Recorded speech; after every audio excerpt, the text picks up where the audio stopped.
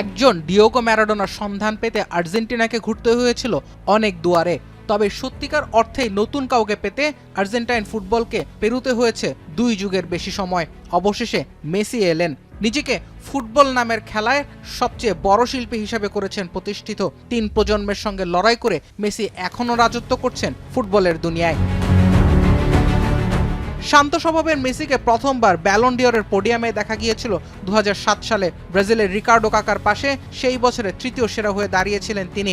2009 সালে হয়েছেন ব্যালন জয়ী ফুটবলার। মেসিকে সে সময় লড়তে হয়েছিল রাউল, কাকা, থিয়েরি অরি, আন্দ্রে শেফচেঙ্কো কিংবা স্যামুয়েল ইতোর সঙ্গে। উইঙ্গার হিসেবে মেসি নিজের আগমনী জানান দিয়েছিলেন সেই সময়ে। ক্যারিয়ারে নিজের সেরা সময়ে মেসিকে লড়তে হয়েছিল ক্রিস্টিয়ানো রোনালদোর সঙ্গে।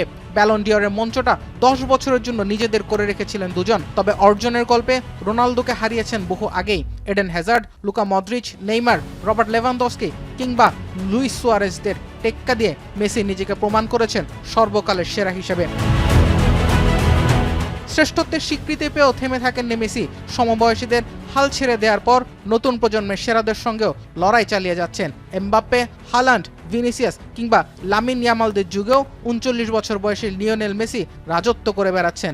এখনও মুগ্ধ করে যাচ্ছেন ফুটবল পণ্ডিত থেকে শুরু করে সমর্থক, সমালোচক সবাইকেই। ফুটবলের নিখাত সৌন্দর্য ছাড়িয়ে নিজের আলাদা শিল্প তৈরি করেছেন লিও। সেই শিল্প যুগকাল পেরিয়ে গেছে। প্রজন্মের পর প্রজন্মকে ফুটবলে বুঁদ করে রেখে অমরত্বের স্বাদ নিয়েছেন এই ফুটবল মাঠে থেকেই। জুবায়ের আহমেদ, এখন।